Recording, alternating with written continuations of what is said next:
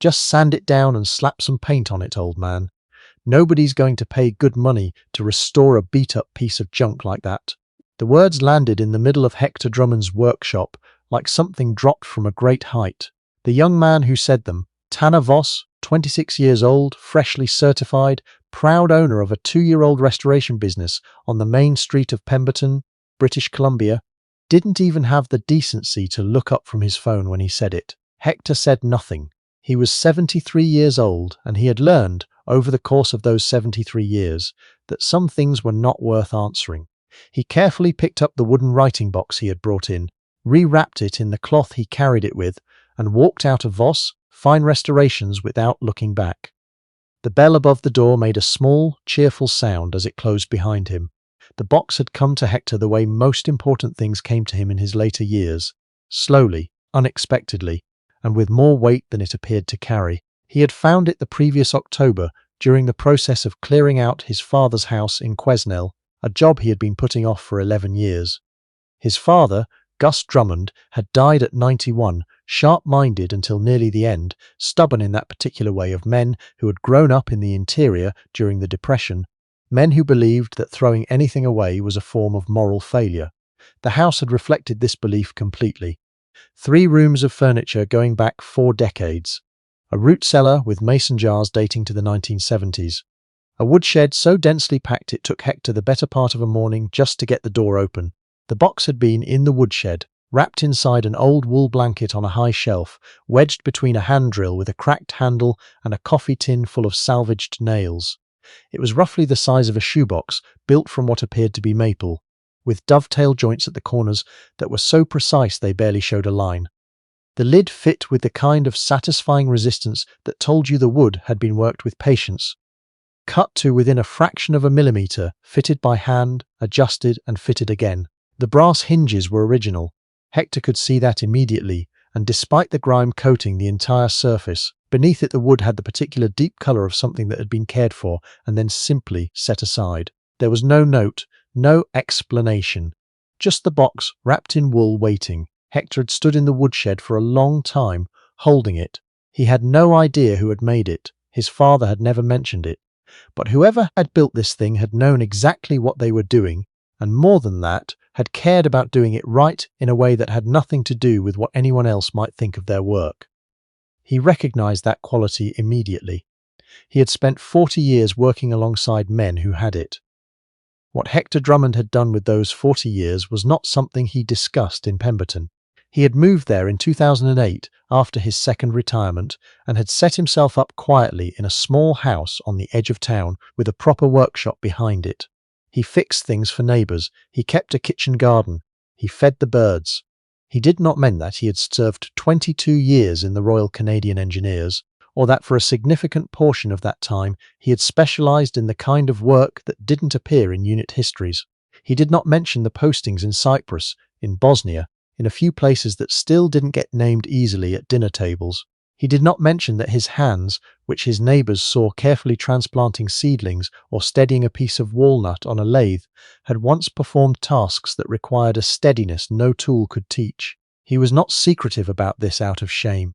He was quiet about it because it was finished, and because the men he had done it with were mostly gone now, and because some kinds of experience didn't translate well into the ordinary run of conversation. What was there to say, really? That you had learned at 24 years old that precision was not a preference but a survival skill. That you had come to understand the difference between men who were careful and men who merely appeared to be. It didn't make for easy small talk. So he grew tomatoes and fixed things and kept mostly to himself, and the people of Pemberton knew him as a quiet, polite man with remarkable hands, and that was enough. The box changed something, though. From the moment he brought it inside and set it on his workbench under the light, it occupied a particular corner of his attention that he couldn't shake.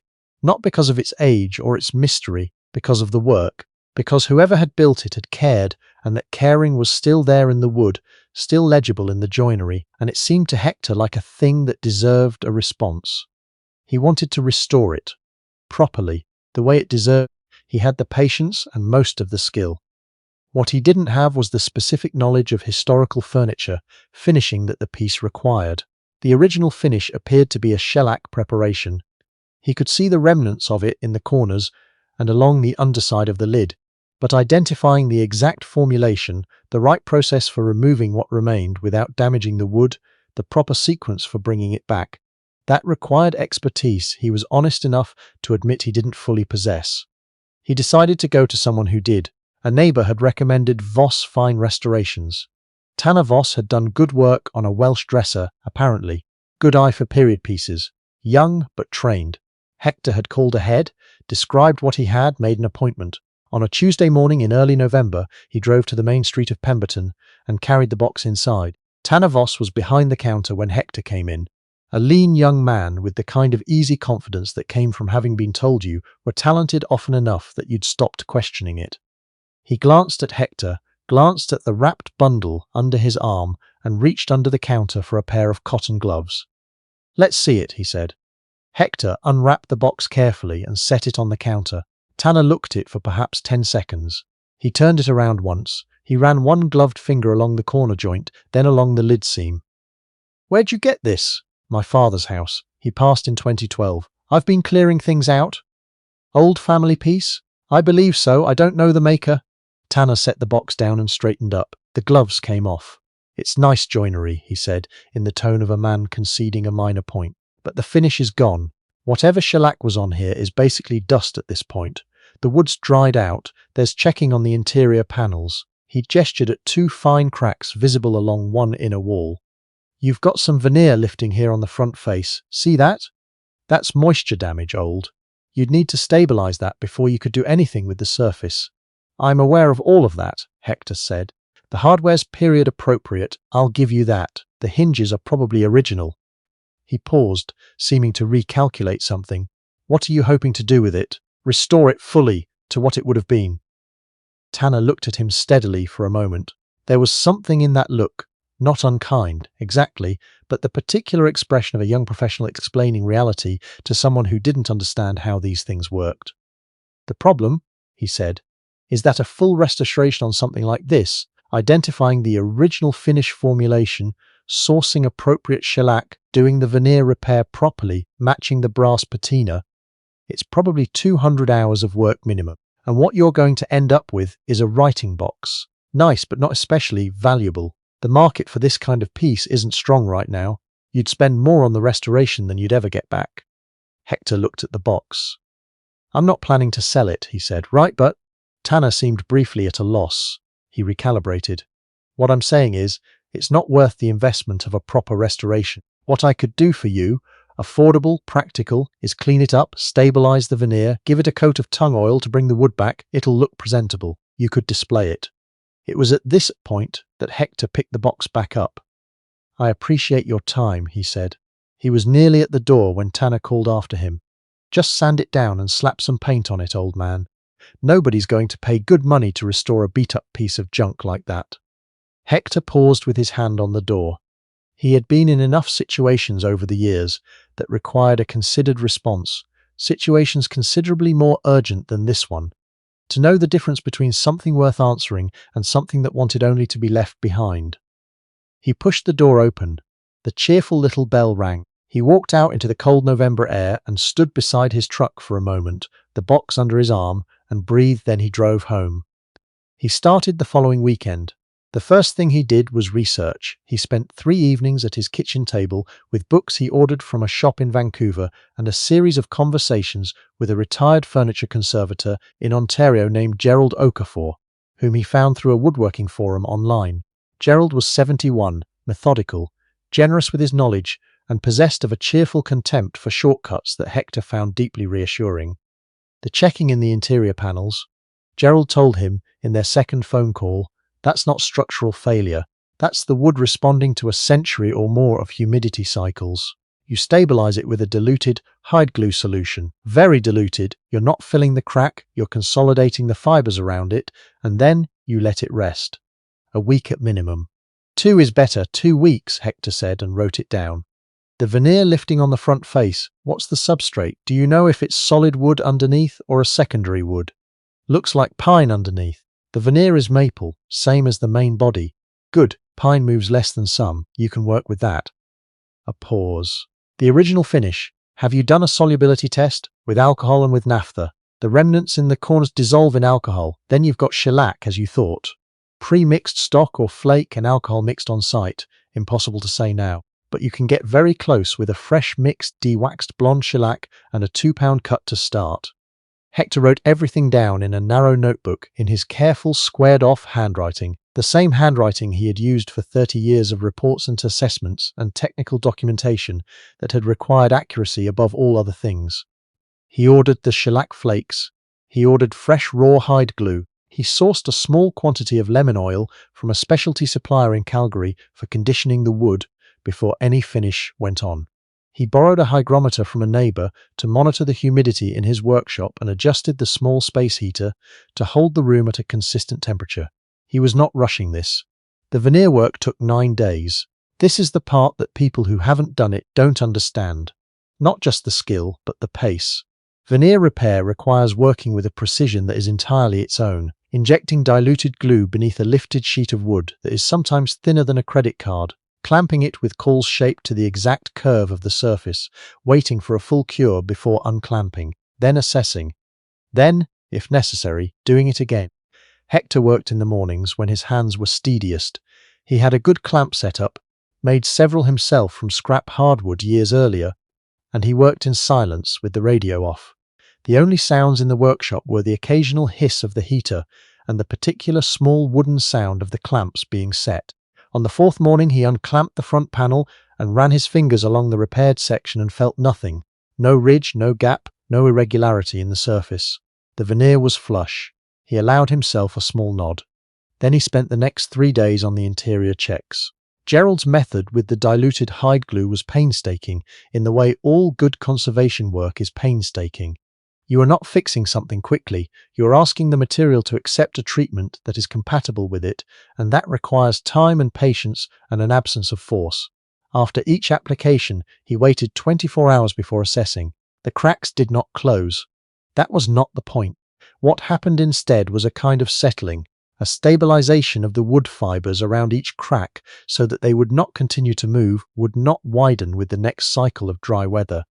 After the 3rd application, he examined the interior under a loupe and was satisfied. The shellac work was where the piece came alive.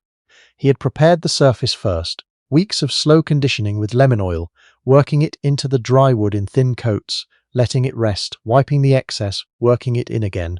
The wood was thirsty in the way wood gets after decades of neglect, and you could not rush this stage without risking raising the grain or creating an uneven base for the finish. When the wood had reached the point where it stopped absorbing the oil so readily, where it had, in a sense, begun to remember what it was supposed to be, he stopped the conditioning and let it rest for 5 days. Then he started the shellac. 2-pound cut, de-waxed blonde, mixed fresh. He applied it with a pad of fine wool wrapped in a cotton cover, the traditional French polish method, not painted on but moved across the surface in long, even strokes that deposited a thin film and no more. The technique required keeping the pad moving at all times. If you stopped, the pad stuck to the tacky surface and left a mark that was difficult to correct. First coat. 4 hours of dry time. Then a very light sand with 400 grit to remove any nibs dust inclusions. Second coat, 4 hours. Third coat, light sand. He did 12 coats over 9 days. Between each coat he stopped, moved the piece under the window, looked at it in the natural light from different angles, ran his fingers across it. The surface was building, depth appearing in the wood, the grain beginning to take on that particular quality of old shellac work that made the maple look as though it were lit from inside. After the 8th coat, he called Gerald. "I think the colour is right," he said. "Send me a photograph." Hector took 3 photographs and sent them. Gerald called back in 20 minutes. "That's it," he said. "That's exactly it. Don't add any amber, you'll muddy it. Finish with a light paste wax, carnauba, or a good beeswax blend. Traditional is beeswax." A pause. "It's looking beautiful, Hector." He hadn't expected that to mean quite so much coming from a man he had never met in person, but it did. The brass hinges and the small brass lock plate were the last things. He did not polish them bright. That would have been wrong. Would have looked wrong immediately. New metal beside old wood, a false note. Instead, he cleaned them carefully with a mild solution, removed the active corrosion and the grime, and then treated them with a microcrystalline wax that would stabilize the existing patina without altering it. The patina that remained was genuine. The accumulated record of how old these fittings were, how much they had been handled, what air they had breathed across how many decades. To remove it would have been to erase something true. When he set the finished hinges back into their mortises and closed the lid, the box closed with exactly the same quiet resistance it had closed with when he first found it. That was correct. He set it under the window in the afternoon light and looked at it for a long time. What he had in front of him now was not a new object. It was the same object it had always been, restored to what it had been.